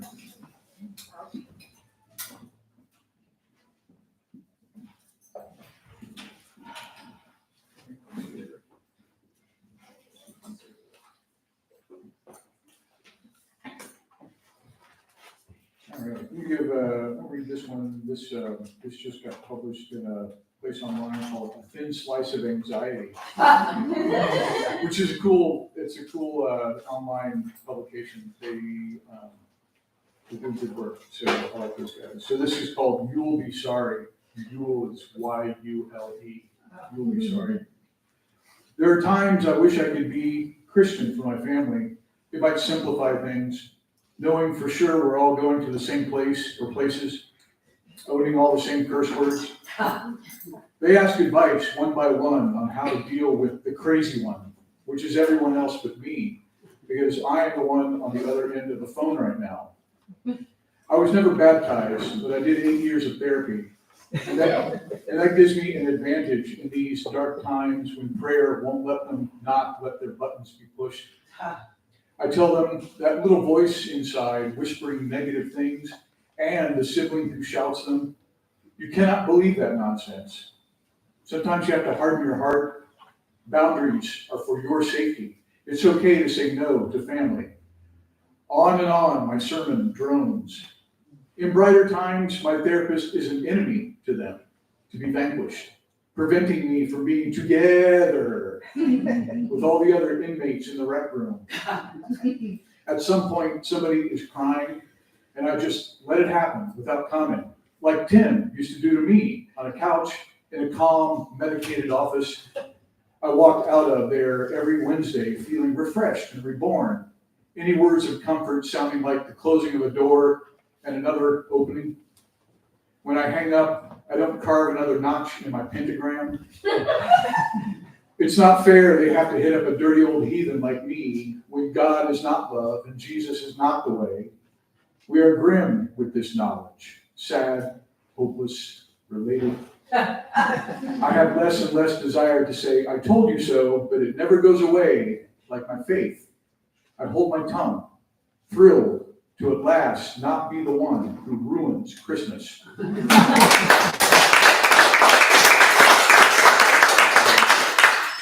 you. And I'm going to read this because your mole poem reminded me of this.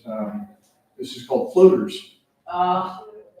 Little man in a little boat, ocean as far as I can see, embryo amid my new yoke, a hair in my brain soup, a loop I can't follow without chasing it off stage, my blind spot, myopia, speck of dust on a vast blue window traveling so fast it pecks my astronaut helmet, needle in a haystack, planet, no, system, no, galaxy wavering in the void, still, lost and losing cohesion, black mark on everything, a lie, always on top, a mystery, a shadow, never quite sure I saw it, or is there something in there only I can sense?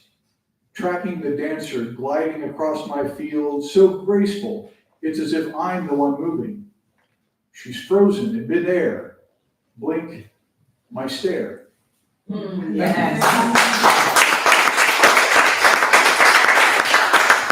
is Zilia Balkansky-Sayas.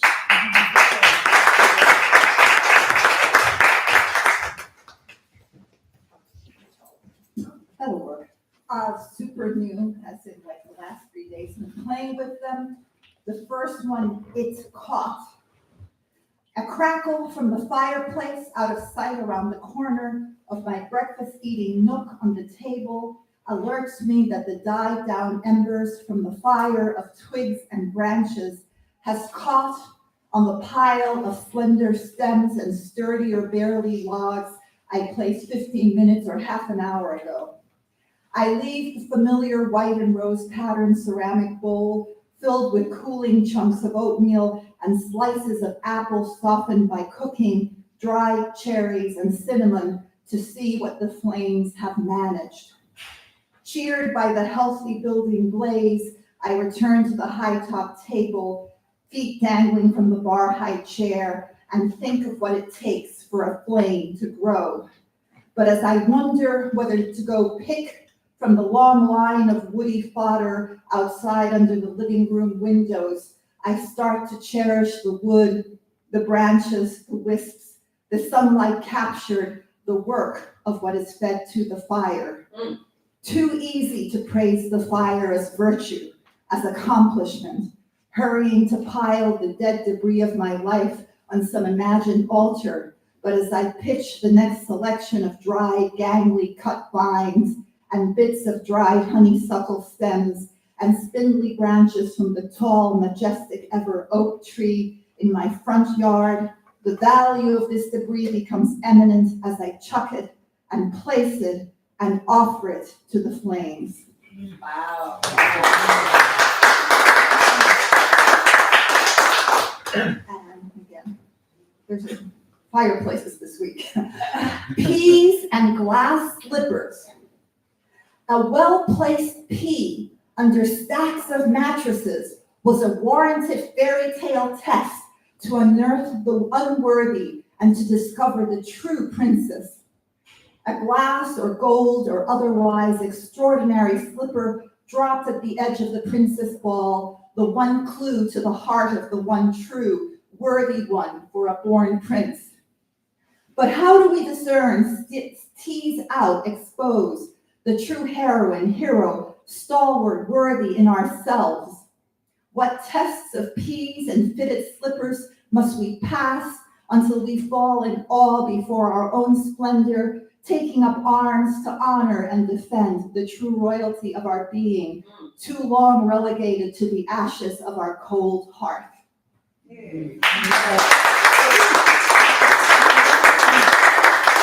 Yoshida-san, Hiromi-san.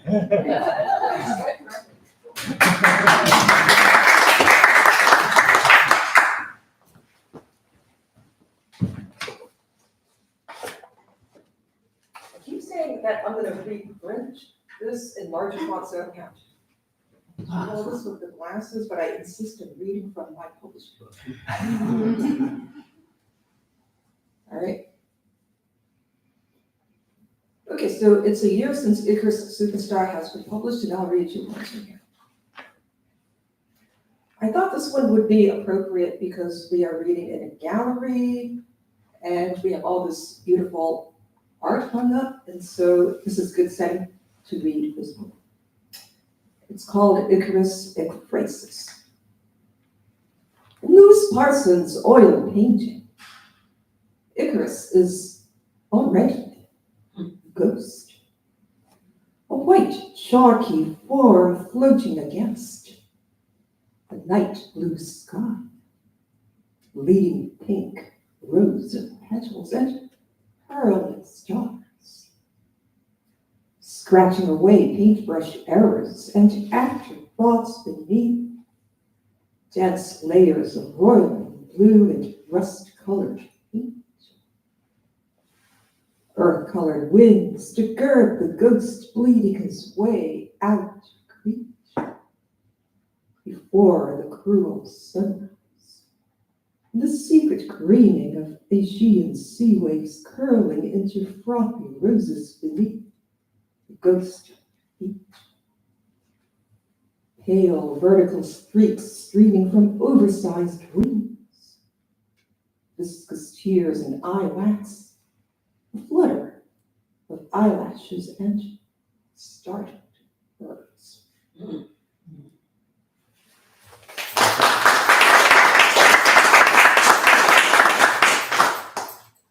This one's called Paper Doll, and it's about Sylvia Plath and her mother. Paper Doll. Mouth, red, wound. Wound, unwound woman. Hag, witch, itchy, twitch beneath haggard wigs. She never knew her daughter would shrink and shrivel into paper and paraphernalia. Sprout into the gargantuan gangrenous cankerous sore of her grimacing mouth. The ingrown toby, the stubborn callus on the heart's tender flesh, begging for the appeasement of hungry moths that gnaw away at her daughter's paper edges. Jagged pink petticoat cut out with blunt, unwieldy scissors. Sylvia Plath, the slippery symptom. Remnant realia, bleached signifier. The desiccated snake gagging on its endless tail. She slumbers, smiling and accomplished. Folded into archival boxes out of the witch mother's twitch reach.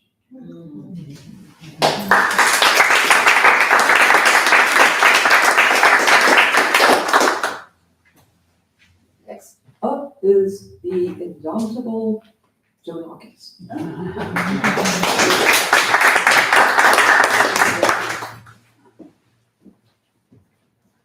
Okay, so two things about this short prose piece.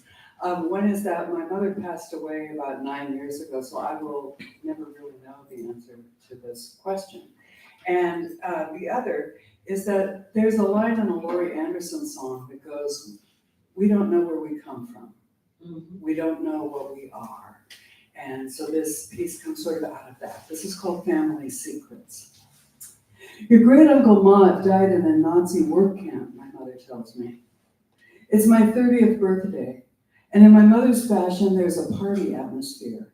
I'm wearing a gold paper crown. There are streamers, those little party horns, and a dinner of Hawaiian pork chops, cake, champagne. I wonder why she has waited until my 30th birthday, the age when Jesus set out to redeem humanity, to tell me this. We just never talk about it, she says, pouring more wine. I think about the Holocaust movies I saw at school, 4th grade, 6th grade, and every year after, sobbing for the people who died and the cruelty, but also for myself because my family came from Germany. If she told me before, I wouldn't have felt like a Nazi, I said. Searched the faces of cinematic SS officers for family resemblance, thought I caught a glimpse of an uncle, worried about the relatives my parents never mentioned, they who talked so often about the war, but always stateside. My father's service, air raid sirens, blackout curtains, food rationing. You were always tender-hearted, my mother says, and I wonder what that has to do with keeping secrets. When I'm 35, she tells me we're not 100% German. This is in a Hungarian restaurant, and she recognizes the dishes because her mother made them. Where do you think you and I got our cheekbones, she says. My mother. I thought your mother was German. Well, Mom tells me, Austro-Hungarian. She spoke German. When I'm 40, my brother begins a family tree, traces my mother's lineage back to Hungary, some drunken great uncles who tried to raise silkworms, and my grandmother leaving with a wealthy family working as an au pair. In the manner of all old-timey family trees, names appear and reappear. Saved, my mother said. But other names fall away. Old Testament names like Esther and Ruth, replaced with the names of saints, Maria, Anna, Christina. I think I spot a surname lost in marriage to one of my mother's uncles, Glossman, then another, Hoffman, Jewish names. I wonder about my grandmother's maiden name, Keller. German name, yes, but also Ashkenazi, like the others. And I wonder when I'll be old enough for my mother to tell me.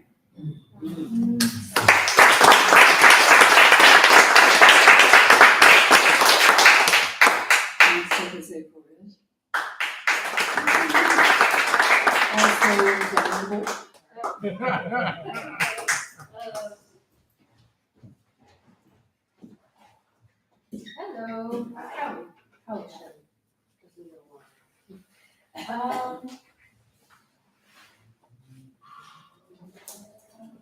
So these are both new. This one is called We'll See What Grows. If you blink in January, all of a sudden, it's the first week of March. Overnight, the daffodils have sprung forth early, unaware that the last freeze has not taken place, that they are risking their poor, underdeveloped petals and short lives. The forsythia has bloomed across the street and dropped down our driveway in a yellow burst of energy that didn't exist this past weekend. Yet on the drive into work, that horribly ironic Trump 2024 no more bullshit flag is still high at the mast of some ignorant chicken farmer's pole. The screeching fear of 2016 and 2020 is back in full force. This is a leap year and also a primary election year. And what will we see grow from that? And then this one, so I have Van Gogh's The Cafe Terrace hanging in my bathroom. And probably not the most appropriate place for a cafe painting, but it's there. So this came from that. A day at the museum. Has anyone else noticed in studying Van Gogh's The Cafe Terrace that when you look into the night sky, there are ghosts of the buildings he had painted there before that he painted over? Perhaps to save money on canvas or to repaint his memory of the haunted patio chairs, the unwanted stares of patrons who had written him off as a madman. Perhaps he was a madman, but aren't we all in some way unhinged, lonely, feeling dissonant from the current cultural climate that begs of you quiet compliance? Perhaps we should all paint over our ghostly buildings of the past, walk down the cobbled lane to the unknown future that's never promised to us in a spirit of hopeful wonder.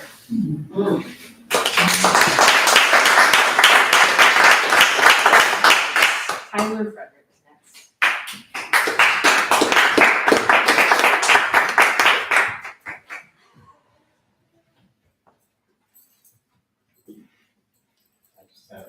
poem I'm gonna do tonight.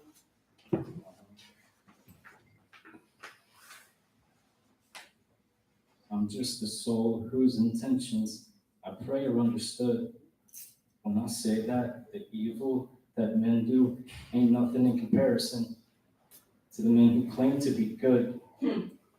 Sit and watch the doomsday clock tick-tock on down, as if they can't do nothing, even when they know they should, before it happens in this town.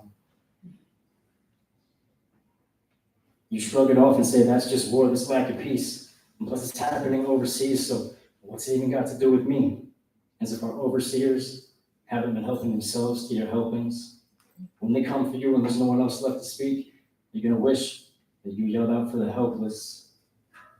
Every purchase that you make makes you complicit. When you know they're killing men, women, and children with your tax dollars, and you don't even holler against it. It ain't about religion. It's about our free will and the choices we make with it. How many bombs have they dropped? Because of those red 40 hot chips that you bought. It's a catch-22 when we're Salem's Lot. Man's gotta eat, this is dog eat dog, and they're trying to kill us all. But it's not enough just to revolt, we need to evolve. It's the information age, but what isn't withheld is held just over your head like it's a dangling carrot. You treat Google like it's God and God like it's an angry parent. Always waiting for the other shoe to drop, like you want the one who's walked miles wearing it. Claiming you want the truth, but all you do is cover your ears when you hear it. And we all know this genocide isn't fake fucking news. In fact, that term was coined when some of us started getting too close to the truth. Act like your hands are tied for long enough and eventually they'll turn that rope into your noose. The sense of impending doom has been getting old. I'm ready to explode, about to blow the lid off. The pot's been calling the kettle black for too long. It's a one-party system and none of us are invited. You know why they tell us that we'll die alone if we stand united? Because we outnumber them all and they're just trying to keep us frightened. I'm not scared of the dark anymore. It's time for us all to turn our lights on. We can solve every problem with compassion, love, and kindness because the revolution won't be televised and it's not because the cable's too expensive. The next step in our evolution doesn't happen in the third dimension and they know it. That's why they're pulling all these mind tricks about their true intentions because need I remind you, the evil that men do only happens because men that claim that they're good sit back and watch a genocide happen, saying that there ain't nothing that they can do. But need I remind you that you have a voice too. And when thoughtful, committed people work together, there ain't nothing that we can't do. Just free yourself, and we'll free the world. So who's running this human race anyway? Hey.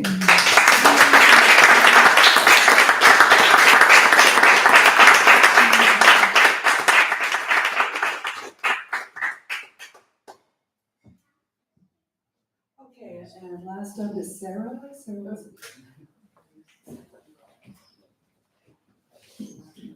Hello. I just want to say that I have the joy of being Patsy's neighbor, and I am partly a poet because of her. So thank you, Patsy. So I'm gonna read two short poems. The first one I actually shared last year when Patsy invited me to share a reading segment time at Morgan Stearns for the all-day poetry slam last year. I actually just joined the Writers Guild, so I'm glad to be here. The second chord. The second chord, not unlike the first, 9 months as conduit, linking me to my mother. The slippery life rope severed after my first ragged breath, blue hue starting a race to the NICU, my mother's heart running after me while her worn out body stayed put. The second chord unseen, suddenly unfurling down the empty corridors, around turns, past the doors marked medical personnel only, wrapping around the legs of the nurses but not tripping them while they worked my blue body to angry red. Then, trailing behind me, from her heart to mine, squeezing under door jams, onto school buses and boyfriends' cars, into college classes and apartment bedrooms, the dizzying length of it, stretching far, far to other cities and countries, folding in on itself when I returned home to her. Never outgrowing my mother, even in my, oh, sorry, I lost my, apologies, guys. I don't read most of my book very much. let's see, where was I? Never outgrowing my mother. Even in my most highbrow adultness, I want to drape myself on my mother's back as she washes the dishes. Tell her all the ways the world has hurt me, all the things I love. I'm gonna read one more. This is on mothering. Thought one. I thought I would do a great many things in a large, large world, but mothering made my world small, small. Boundary lines drawn around the forms of tiny bodies. All the earth's joys found within the walls of my home, though I enlarged as my world shrank. Heart doubling and quadrupling in size, an entire universe existing inside my being. But in the first light of morning, while my home hums with sleep, I often stand at my threshold and wonder, what's out there? Thought two. I am tired of being tired, and I wonder when I will not be tired, because mothers mother night and day, becoming the moon and stars, circling the sun and the call of mama. And though I love being celestial, I wonder what I would be capable of with a few full nights of uninterrupted sleep. 3.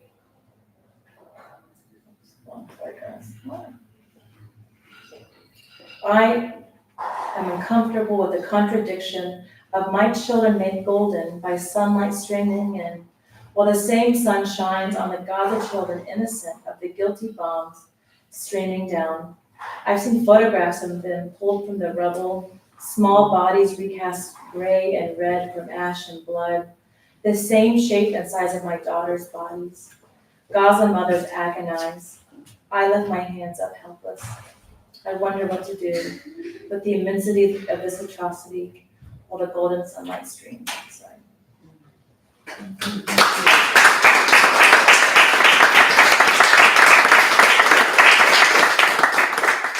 So once again, is there anybody who hasn't read would like to read tonight?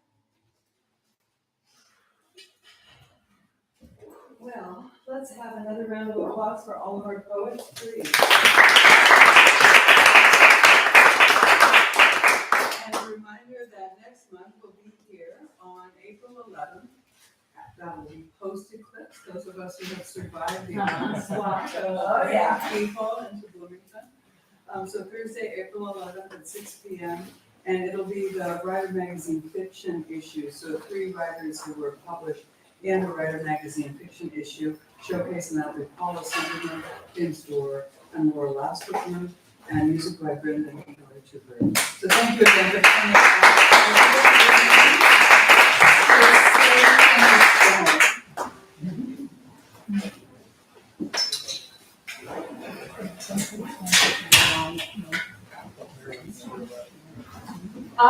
I am going up Walnut over Fox.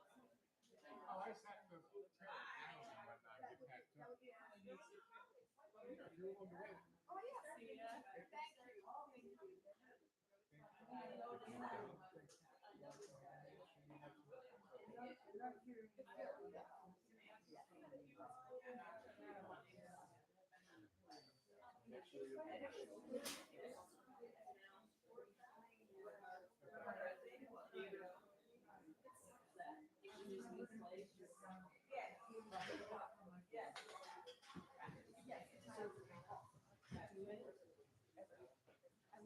when you did it, did you do it with a